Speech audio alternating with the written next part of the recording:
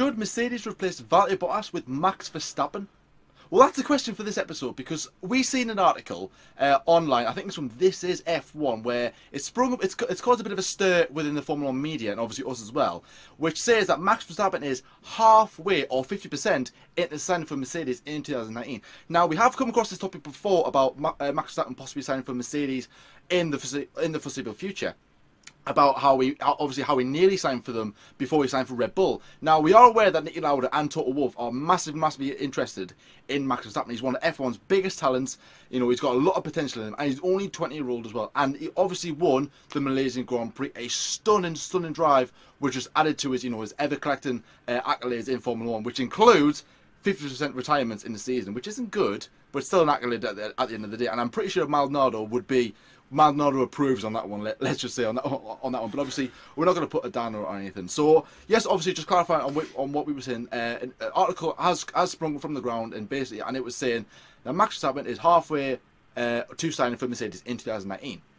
Now, this has caused a lot of movement between obviously Max Verstappen fans, Dutch fans, and obviously Mercedes personnel, obviously within the team, and obviously their fan base. Now, when you think about it, you're thinking, well, okay, there's only one driver Max Verstappen could replace in 2019 if this is true, and that is obviously Valtteri Bottas. Now, in this episode, we're going to be pretty much comparing the two, and obviously this is why we're naming the episode in favour of Valtteri Bottas, because he's come under a lot of pressure recently about his performances, about his pace within the team. Is he doing enough for Mercedes? Hamilton is running away with it, and Bottas is just nowhere near where he should be, and obviously he's come under a lot of criticism recently, and maybe this article has came about because of this, but I think it's something that we should take seriously, because if it was anyone else, like, I don't know, Alonso or Palmer or Ericsson, it would be like, oh, I don't really believe it. But it's Max Verstappen, he's got a lot of potential, within Formula 1, so I think it's something that, we might look back on and go, we sort of predicted it. So, obviously, Max Verstappen has not had the best 2017 season by a long shot. As I was saying, 50% retirement ratio compared to finishes. I think eight race finishes, 7 DNFs. It's been an absolutely abysmal season. Malaysia, it shouldn't really been a track Max Verstappen should be winning that. Mercedes should. I think they should have had this in the bag, but the pace was just nowhere near where it should have been. Obviously, they struggled in practice, in qualifying as well, and obviously the race, when you see Max Verstappen overtake Lewis Hamilton going into turn 1, which I was very surprised at. I was like, where's this pace coming from the Red Bull? No, it was the fact that the Mercedes was lacking a lot of pace. Obviously, Hamilton brought the car home into P2 to obviously strengthen his championship aspects. So obviously Max, and then obviously on that win, it's went from, is Max Verstappen really good enough to Max Verstappen is literally the best. It's just weird how, like, all of a sudden one race win could obviously overturn a lot of critics as to how he was performing, because obviously 7 retirements in a season where it should have been a season for Max Verstappen, challenging alongside the likes of Lewis Hamilton, and obviously it's been absolutely pure for the critics to then turn back on him and go, okay, he's actually not a bad driver. It's like, come on, make up your mind. Now, we have been quite critical on Max Verstappen, I would say, this season from us. So if I was to have a say, should Max Verstappen go to Mercedes in 2019? I think it's possible, and I think it's something that we shouldn't really look over, because as we all know, Renault is going to be leaving Red Bull from after the 2018 season, something that we have justified on before. I even covered this on the last debate show, so if you haven't seen it, go and check that out already. So obviously we clarified that Aston Martin obviously coming into Red Bull Racing, possibly an engine supplier beyond 2021 when the engine regulations change. So obviously Renault will be leaving Red Bull, not supplying them engines from 2018. So obviously chances are Honda's going to come in. So they might have a bit of a say as to what goes on behind the scenes. But also as well, we all know how bad Honda are in Formula 1, and it's came to light that both Verstappen and Ricciardo may not want to drive with Red Bull in 2019 onwards. So obviously they might be looking for some other options. I think favourable, Ricciardo might go to Ferrari if Kimi Räikkönen doesn't sign another 1-year contract, but that's for another show. And obviously Max Verstappen off to Mercedes. So obviously, yet again, it just adds more fuel to the fire about how this chance is quite high. So, first of all, do I want it to happen on Verstappen's side? Yes. Now, it would be quite interesting to see how Verstappen and Lewis Hamilton play, do well as teammates, because one of them is a young gun who has a lot of potential, loads of race wins. He definitely has a world championship in him against a driver who is arguably one of the best ever in Formula One. Definitely one of the best. Definitely, probably, I would say the best in modern day Formula One. Obviously, who wants to win 4 championships, 5 championships. He wants to go as far as he can. So it is going to be quite interesting to see how these two play their part. Now, so you're probably thinking, well, why is it obviously why are you considering Valtteri Bottas to step down? Now, obviously, when Valtteri Bottas signed for Mercedes at the start of the 2017 season, we obviously me and Lyle were like, okay, that's very good news because Bottas is a finished driver. He's a very good driver. He's quick. He's quite intelligent as well, and he is quite quiet as well. Because when we seen Hamilton and Rosberg, it was in the media all the time, 24/7. It was just like Hamilton this, Rosberg that. When Bottas came, it sort of just simmered, everything just simmered down, and we were all thinking, okay, this is going to be a good couple of years for Mercedes, but Bottas had I would say a very good start, obviously matching Hamilton out, on par. Let's say getting on pole position in Russia and Austria, winning the races, winning both them races in perspective as well. Obviously, absolutely fantastic from him. But I would say the past 3 or 4 races, Bottas has been nowhere near the pace Lewis Hamilton was. Now, I don't know whether this is due to because he's just lost interest, that he knows he can't fight Hamilton. Either Mercedes are giving Hamilton better parts and they're giving Valtteri Bottas, having let's say a proper number 2 driver treatment where they're just like, we're not bothered about you. Obviously, Mercedes have more or less won the constructors, let's say, so obviously they're like, well, we're going to focus on Hamilton's championship aspects. You can't win it. We don't care about you anymore. We're just going to, we care about you, but not as much as Hamilton. It's pretty much Hamilton GP in a way, if you think about it, because obviously he is going to get the most treatment. It doesn't matter where you go. So I think if Max Verstappen does replace Valtteri Bottas, I think it's going to be almost like a Rosberg-Hamilton situation again, where those two are going to be bickering on point. And I think Max Verstappen could do a better job than what Valtteri Bottas is doing. Now, I'm not saying Valtteri Bottas is doing a really bad job. I'm saying he could be doing a lot more. So when you think about it, in the past couple of races, Mercedes have been really, really lucky, and I'm more talking about Lewis Hamilton in that thing, because Singapore, it shouldn't have been a circuit for Lewis Hamilton to win. It was Ferraris to lose. Everything happened at the start. Hamilton went on to win. It was pretty much uncatchable. It was very hard to overtake. Ricciardo, obviously, he didn't really have the pace than the Mercedes did. Jump to Malaysia. Again, Mercedes showed that they had no pace again, and everyone was questioning, where's all this pace gone? Hamilton did okay. Bottas could have done, he was there or thereabouts, but nowhere near where he should have been. Ferrari was up there, but then you had the problems in qualifying with Sebastian Vettel. He obviously started from the back of the grid. He wasn't going to win this Grand Prix. He needed a Singapore 2017 start for him to have any chance of winning the race. I don't mean him being involved in that to have him any chance of winning the race. Obviously, Raikkonen, in the race, had the problems at the beginning as well. So obviously you had one car starting from the pit lane, the other car, he didn't start from the pit lane, he didn't start at all. Obviously put him back in the garage, and obviously one car starting from the back. So obviously, therefore, Mercedes, obviously, it was going to be quite a good race. Nobody expected Max Verstappen to win the Grand Prix, and that just shows how it doesn't matter how bad of a season you've had, if you've got the pace and you've got and you've got the skill, you can do amazing things. And Max Verstappen definitely showed that in Malaysia.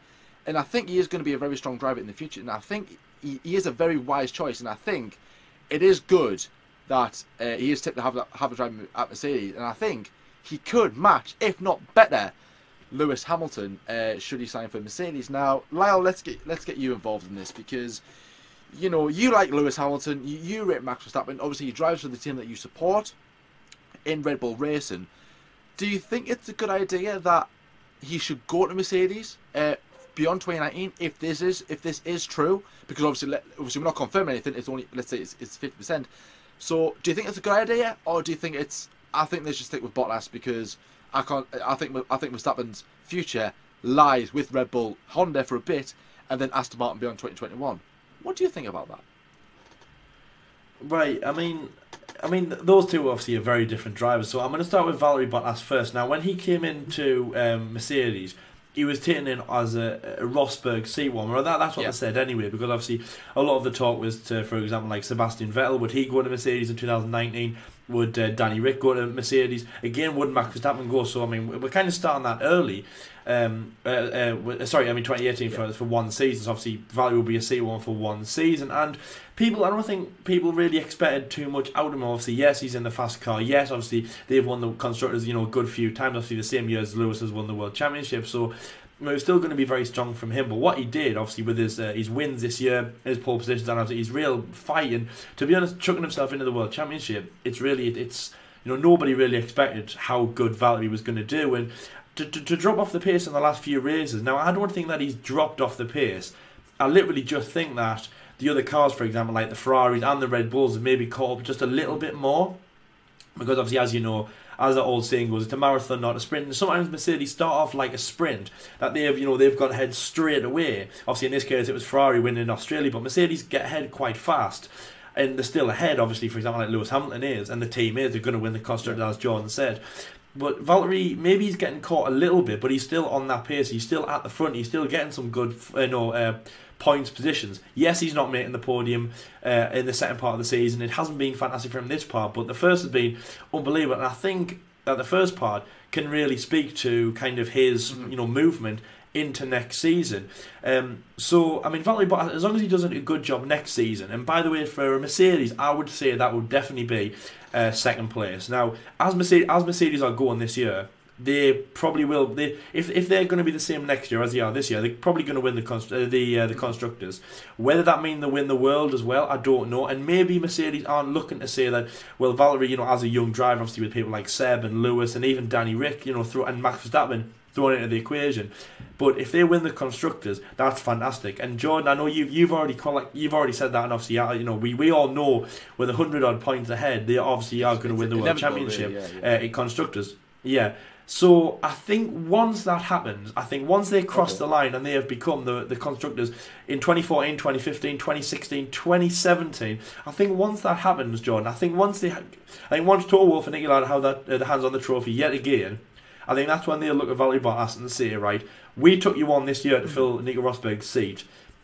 We couldn't have just done this with Lewis Hamilton's points. You know what I mean? We couldn't have, really. And obviously you've brought, loads and loads of points. Probably, obviously, he's contributed a lot to it. Probably just a little bit less than half of the Mercedes points have come from Valerie Bottas. Obviously, still really strong from that. And if they win number 4, which they are going to do, so basically now you could even say that they kind of are, premature champions at the moment. I think Mercedes will be happy because that's what they got that's what they got Valerie on board to do. So for Valerie, it's a 10 out of 10. Great drive this season. He's on next season. Fantastic. But with Max Verstappen, I mean, that's the thing. I mean, like I was saying that in the preview show about the hype that he was getting, especially in Monaco 2016, because obviously remember he just won in Spain in 2016. He just won then, first with his Red Bull. I mean, unbelievable drive. He was the youngest ever winner in Formula 1. He was the first Dutch driver to win in Formula 1, the first Dutch driver to be on the podium, second Dutch driver to win a race. Obviously, first of joining the Verstappen club. Obviously, as his father Ross Verstappen, Ross Verstappen, and. So that was obviously unbelievable, and of course his first race with Red Bull, with all that malarkey of the train places going on. So that was unbelievable. But I think people kind of got into that phase of Max is the next prodigy, and he's going to achieve unbelievable things, and he's going to be like the next Michael Schumacher, and he's going to be like the next guy that I have behind us as Ayrton Senna. He's going to be really, really amazing. And then obviously, what does he do in Monaco? He balls it in the race. He crashes twice in qualifying and in the race. Now, we don't know what happened there. We don't know if that was the pressure that got to him, or he just. We really don't know. I mean, obviously, it was still a good effort that he did, and obviously he got his win, which was fantastic. But Jordan, I think just that moment, showed to everybody that all that kind of that pedestal that Max Verstappen we put him on. It kind of has to come to an end at some point, and that Monaco just showed that it did. Obviously, he did a great season last year, getting some good few podiums. I remember Austria was one of his strongest, one of his best races last year also. So, I mean, and obviously, Malaysia, obviously, again, getting second place just behind Danny Rick, obviously, who won the race. And then, obviously, he wins again in Malaysia the following year. So, he was strong last year, but I think that moment in Monaco, it kind of proves to what I think proves now, which is that Max has had. I know he's had an unlucky season, but he hasn't had a good season. He's crashed. Sorry, he hasn't crashed. He's retired out of almost half the races. It was half in Singapore before obviously he won in Malaysia, and the next race is Japan. And I'm not saying in any way, shape, or form that Max Verstappen is going to have a bad race, but I think people at the moment, because of when Max won in Sepang, I think people are probably thinking that he's going to go and he is the next prodigy again. I think people. For example, like when he was retiring, Jordan, and when he was all the way down in the championship, I think people were probably thinking, he's down, he's not great, he's having an unlucky season, but that's not great, and he can't just be showing excuses left, right, and centre, and saying that it's the car. He is still a great driver, which I mean, of course he is, but the results don't lie. So I think to say that because of what happened in Malaysia, Max is now right back up there again, like as one of the best drivers of all time. It's a little bit premature to say that. I think if he does.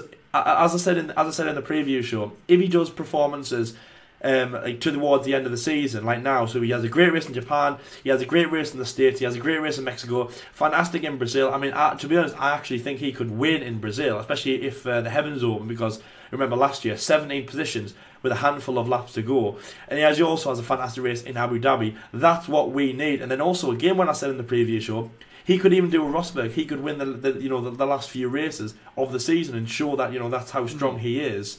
And I think that's when this hype that we have around Max will come back again. But at the moment, John, I just don't think it's there. So I think this is a little bit too soon to say that he'll go to Mercedes, especially for 2019, because we're a season and 4 races early to say that. I think next year he'll probably be second favourite to Lewis Hamilton again. Possibly, I mean, he might even be first favourite. You never know. But he probably is going to be second favourite or even third favourite. He's going to be very highly ranked to win the World Championship. And I think Red Bull is strong. But again, just one last thing about the trading places. That's what Jos wanted. That's what Max wants. He wants to move forward. He wants to go to a team that are going to give him that car. 2018, he'll almost get that feeling before the first part of the season concludes, whether he should be at that team or not. But I think it's just unbelievable. I think it's quite very early to say that he should be at Mercedes for 2019, and also that Valtteri Bottas should be out. I don't think they've had enough time to prove themselves in their positions, because they're both kind of new to their teams. This is Max's first season at Red Bull, his first full season at Red Bull. So he's been here obviously elapsed in Spain, so it's about 1.5 seasons now, 1 2/3. And obviously Valtteri's first season at Mercedes, which he's done unbelievable, really great. I think it's a little bit too early to say that, John. But I mean, obviously great performances by them both. I hope that Max hype continues, but I just can't say that he's the best at the moment, and that I don't want to say that Max is like the best ever person ever, because it's just only been one race that he's won. If he has a great conclusion of the season, I'll say if he wins in Brazil, let's say, that's when I'll think that Max could be stepping up. He'll step up in 2018. Obviously, he'll do the best that he can with Red Bull race, and obviously moving to an Aston Martin engine as well. Hopefully, he can do great with them. But next year, like this year, if he has a bad season, I think that's when we'll start getting out the Mercedes talk again, John. And then also Valtteri Bottas is in the way. I mean, you can't move, you can't have 3 drivers in a team. So if Valtteri Bottas is there at the team, then that is great. And I think that Mercedes, as long as he keeps helping them win the constructors, that's what they're going to be happy with. But I mean, so John, just obviously question back to you, mate. So you said obviously that Valtteri Bottas came in to fill a seat for Nico Rosberg. If he wins, he's got that. No, I'm not going to say if. Sorry, I mean he's got them to win the constructors. Okay. Do you think that is mission accomplished for Valtteri Bottas? So if, like, for example, if you were Toto Wolff and Niki Lauda, would you tick the box and say, that's Valtteri Bottas done and dusted, that is his job for this year, complete, and I'm so happy for him to roll into next season, because he's helped us do the bigger thing that he can, and that's to win the constructors alongside, obviously, the 3-time world champion? I think when you're drafted into a team like Mercedes, for instance, or in fact for any single team, one of your main objectives is to win the constructors as a team, because obviously it's called Mercedes Petronas Formula One team. That's the main the main title within the title name. Let's say team. So when you're signed into your representative team, your aim is to to do well for the team and get as high as you can in the constructors. So obviously, Valtteri Bottas knew that was one of his objectives, but also as well, he knew, doesn't matter what he says in the media about possibly, all right, my main objective is to do well for the team. Rubbish! Absolute load of McLaren, Honda, a load of Red Bull, if you want to call it that. You know that you can win the the drivers' championship in that car. So obviously his team would have been like, come on, you've got a really good chance of this. 27-year-old, you're doing well for yourself. And Mercedes, come on, let's have a good go at this. So he knew he could possibly win it. Obviously not now, but obviously he's not going to win the drivers' championship. So when Mercedes eventually do win the constructors, he is going to feel that sense of achievement of like, yes, I am part of this. Of like, yes, the celebration was down because of me, and obviously Lewis and the team as well. But I finished third in the championship, and I could have won. I could have done a lot better this season. Yes, we did win it, but I could have done that bit better. So obviously he's going to go in it next season a bit. Right, let's turn up the speed a bit. Let's turn up our engines. Let's see if I can take the challenge to Lewis and maybe go on to do really good things, because Bottas will want to play a massive part in the future of Mercedes, because we know how strong they are now. They are going to be really strong for the foreseeable future. Teams are catching up, so obviously you could say there is a little bit of pressure not only on Bottas, on Hamilton, to keep up this momentum of how good Mercedes are, but obviously team personnel behind the scenes as well to create a very good car, because we're seeing Ferrari very competitive, Red Bull are there or thereabouts. So next season it is going to be quite interesting to see who's going to be where, and I think Renault is going to be there at one stage as well. So look out for them. Maybe even McLaren, depending on how this Renault engine comes about. So a lot of teams are going to be catching the Mercedes, very soon.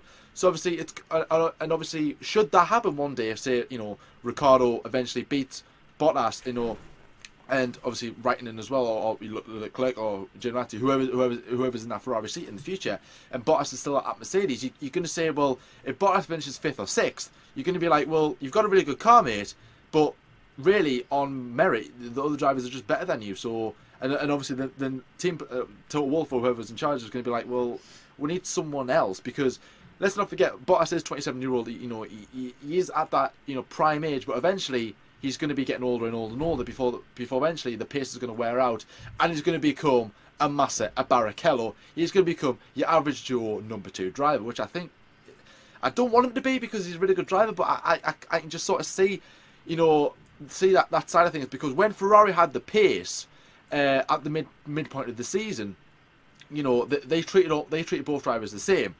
But then all of a sudden Hamilton started running away with it, and then I'll show that, and then before you know it, it's all about Hamilton and nothing about Bottas, and that's the annoying thing about it's all about Hamilton. I mean, for example, Sky F1 do it quite a bit, how they just Hamilton this, Hamilton that, Hamilton's brilliant, and Bottas is like, he's not quick enough. Of course he's quick enough. He's nearly just as quick as Hamilton, but maybe it's because they're not giving him the right equipment to do the job, and obviously then Mercedes can just kind of disguise the fact that Hamilton is a quicker driver. But I'm going to throw something back at you, Lyle. Now, we're all saying that Bottas is, if there is anyone to leave Mercedes, it's going to be Bottas, if should Verstappen come into Mercedes. Now, if Verstappen replaces Lewis Hamilton and Hamilton calls it a day and goes to Ferrari or leaves Formula 1 altogether, which he might do, because look at Rosberg, we didn't know he was going to retire, so you don't know what's going on in Hamilton's head. If it's a Bottas-Verstappen partnership, can Valtteri Bottas win the championship with a teammate like Max Verstappen? And can he win the championship right now, like next season, with Lewis Hamilton in that team? Can he win it?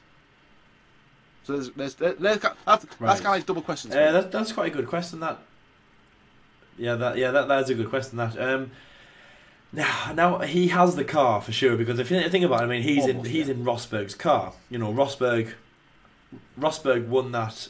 He won that season. In that number 6 car, obviously the kind of the second car in Mercedes. So Rosberg, he technically could do that, but I think obviously that one Lewis Hamilton, he is on a charge. He has more popularity. He has more behind him, and obviously he has, it'll be 2018, so he'll have had 11 years in Formula 1, obviously a decade since he won his first World Championship with McLaren.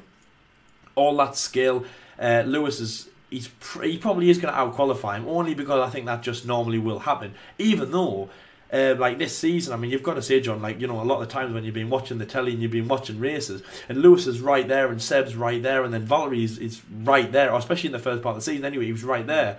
And it was like, wow, he's actually coming up. You know, he was getting faster times than him in practice sessions, and you were like, wow, he's going to do this.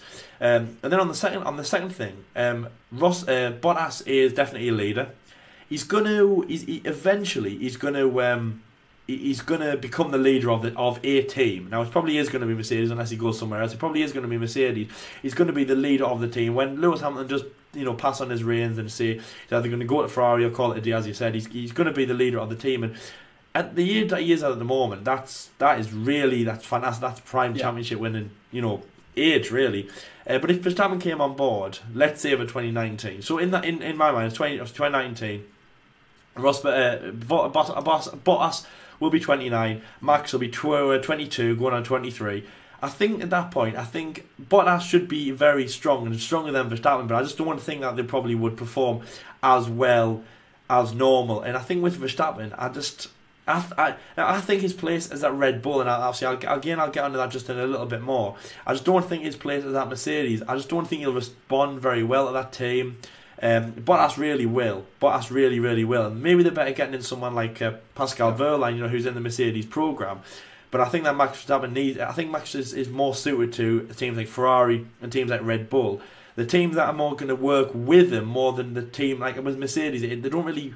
I don't think they'll really work with Verstappen, and they'll work with the way that he wants it to be. I think that, you know, I think Max could basically, I think he can see a future more in Mercedes or at Ferrari or at Red Bull. I just can't see him going to Mercedes. So I think it'll be Bottas will stay. He'll be the leader of the team someday, obviously, when Hamilton goes. That'll also, obviously, Verstappen not going, lost to keep Hamilton in the picture for a good few years. And I think Verstappen will either go to Ferrari or he'll go to Red Bull. Now, at the situation with Red Bull, because again, I haven't gone on to this, I haven't talked about this yet in this episode. His situation with Red Bull is with Danny Rick. You know, he is so skilled. And again, just when you mentioned Valtteri Bottas, third place, that is the same as Danny Rick in 2014. 3 wins. You know, hounding the two drivers of, obviously at that point it was Lewis and Nico, like it was obviously in 2015 and 2016, just hounding those completely. And that was one of those, I think when you compare Valtteri and Danny Rick, that's like the 2 seasons that you use, or that's when you compare, you know, the 2 drivers. That was really unbelievable by them both. And Max has him as a teammate. I think that's the best teammate you can have, John, because he is new, he's up and coming, he's strong, he knows what he wants, but he's young enough still to work with Max and kind of develop him and take him from a rookie position into a strong championship, you know, position as well. Red Bull get the car right next year, they get the engine right. I think they will have a storming success. I think those two work well together, and that's obviously a massive point about a teammate, because I mean, with Lewis Hamilton's teammates, for example, like Nico Rosberg, that's rivalry. You've had rivalries in the past before, but Jordan, I mean, when it was Lewis and Nico, now they were obviously, you know, teammates that were battling each other, that they weren't really that friendly. Seb and Kimi, I mean, they were friends, but to be honest, I've never really seen them as a rival. You know, I've never seen them ever as rivals. But Max and Dan, they were always rivals, but they were friendly rivals. And I mean, again, this is like a double question back to you. Do you think that's good for Max? Do you think that's good and progressive, or do you think he needs more of like a, you know, sharper rival like Lewis in a team? I mean, or do you think because working with Danny Rick, obviously it'll help him because it's going to bring more of a calm outlet at the team. But obviously, if you're with Lewis, it's going to be, you know, fierce. We're not friends. Going to be, you know, gloves off. But you know for a fact what it was like with Rosberg. So what do you think Max needs more of like a calm Danny Rick kind of teammate, or do you think he needs more of an aggressive Lewis Hamilton within Max teammate? Verstappen? There is going to be like some called, well, one of his phrases or one of his, like, you know, his own hashtag is "Unleash the Lion." Now he's been bringing up this saying for the past couple of races now. So there is a lion in Max Verstappen waiting to be unleashed. You know, the face. You know, in probably the next 5 years, we're going to be going. Max Verstappen is an absolute, one of those type of guys. But when Lewis Hamilton came into the frame, everyone was like, "Wow, look at this guy! How brilliant is he?" When he was at McLaren, he was just what a nice guy Hamilton is. Ask any F1 fan, 90% of them will go, Hamilton is a arsehole. Let's put it politely as that, and they're gonna go, I don't like him. Because why? Because of his personality and about how ruthless he is within the team. So obviously the first part about Verstappen and Ricciardo. Now Red Bull are in no position to be fighting for the championship. They both know that, so they're both relaxed. You see them on live streams, on doing these challenges, which are absolutely brilliant, by the way. Obviously Ricciardo has never really been in a championship winning position, because in 2014 he won he didn't win 3 races. He did finish third, but of course Red Bull were going to be nowhere near the Mercedes. They were literally out of it. 2015, shocking season. 2016 started bad, ended well, I would say. Ricciardo had then the unlucky car. Verstappen had the better car, and obviously this season it's worked in other favours. This season Red Bull, they know that they've been third best, on occasions fourth best, depending on how the 4 seniors have been doing. So obviously they're both pretty relaxed. Obviously they're not going to show their true colours. If Red Bull are up there next season, which I think they will be, there's going to be quite a bit of a squabble between these two. If one, if not both of them, are challenging for the championship. Because imagine, say you're at the Hungarian Grand Prix, the Belgian Grand Prix, let's go for the Belgian Grand Prix, right? Verstappen is in P2, let's say, and you've got Ricciardo in P3. Ricciardo is ahead in the championship. He's about 2 points away from Lewis Hamilton, and let's say he's first in the race. Now, you've got about 10 laps to go, and you're like, Verstappen is losing 3/10 a lap. Ricciardo is gaining on Verstappen 2/10 a lap. Ricciardo is on the faster set of tyres. He's on the better strategy. Right, Verstappen, allow Ricciardo to overtake. That's not going to go down well. One, because it's Max Verstappen, he's going to go, what? Hang on a second. I mean, look at him at Toro Rosso in Singapore 2015. Ricciardo allow Carlos through. No! Whoa, calm down, mate. It's like that. That's in a Toro Rosso battling for the midfield situation. This could be in a championship position where he's obviously going for it as well, but Ricciardo's ahead, and Ricciardo's like, Verstappen can't catch him. I'm losing time behind him. Allow me through because I can catch Hamilton. And obviously the team's going, well, we're going to have to, because if Hamilton gets that win, they're going to go ahead of us, probably even further in the constructors. So you've got the situation of obviously allowing Ricciardo through past Verstappen to go into P2, Verstappen into P3, and at the the Belgian Grand Prix, which is pretty much like Max Verstappen's home race. So, and then he's going to come up the car and be like, are you actually being genuinely serious? Then he's going to be like, he's then going to feel like the number 2 driver, and then he's going to be like, well, I don't feel welcome in this team anymore. If you turn the tables and you've got Verstappen ahead of Ricciardo, and exactly the same scenario, say, but obviously not in the Australian Grand Prix, because that's like round 1, so obviously there's going to be no championship there. But let's say at the Singapore Malaysian Grand Prix, let's say, on that occasion, and then obviously they go, right, okay, allow Verstappen through. And then Ricciardo's going to be like, well, no, because I'm still in the championship fight. I'm the more experienced driver at this team, and I've got to let him through. No, like, get lost. And then you could have a multi-21 situation. It depends how professional they are, because we haven't really seen Verstappen and Ricciardo's true colours yet. So maybe having a team, at this moment in time, it is nice to see those two there. But I would like to see Verstappen up against a more competitive teammate, maybe like Sebastian Vettel, let's say, should he go to Ferrari, like Lewis Hamilton, who obviously he's going to be no pushover. He's going to be like, whoa, you're not going to get, the team aren't going to allow me past you. No. This isn't going to be a Hungary 2017 situation. You're going to fight for this. Let's see how good you really are. And if he does get past him, credit Max Verstappen. What a brilliant driver. If he doesn't, then there is going to be a lot of raised eyebrows about, right, okay, 2017 was an exception because he had a really bad car, but he's got a really reliable car and he's not performing. A bit like what we're saying about Bottas now. So it's like, oh dear, is he really good of a driver? So there is many scenarios how this could pan out really, so as to how where Verstappen would be. My opinion, I think Verstappen should go with the more aggressive teammate, learn from Hamilton, but possibly maybe work together at the start, and then all of a sudden when they do become championship rivals, hashtag unleash the lion, as you could say, and obviously just expand it there, and obviously go forth and just see how good he really is. Because at the moment in time, I think Max Verstappen is going to be a really good driver. I've written very highly. You guys might be like, oh, I think you're milking it a bit there, Jordan. I think you're a bit optimistic about how good he actually is. But I generally do think Verstappen is definitely World Championship material. He's 20-year-old. He's got a lot. He's still got another 2 years to win a championship to become the youngest world champion. So he's got a lot of a lot of years left in him, and obviously some of the big teams are going to want him. He is going to be around the top for the next 10 to 15 years, and he could win 7 or more championships within that time if he has the right car. So there is a lot of questions to be raised. I think for me, Verstappen should go with the more aggressive teammate. Verstappen against Verstappen, my word, against Lewis Hamilton's, maybe against your Sebastian Vettel's and all that. But obviously, maybe not even Sebastian Vettel, maybe even Charles Leclerc if he comes into the ring at one point. Verstappen Leclerc, Verstappen Ocon. There's loads of guys. There's loads of guys who could come into this. But yes, for me, I think for me, Verstappen should be with more aggressive teammates. Obviously, relying on Ricciardo's future, I really don't know. I think Ricciardo will finish his career at Red Bull alongside me, maybe I don't know, Pierre Gasly, or I don't know, maybe another young Red Bull driver coming through the ranks.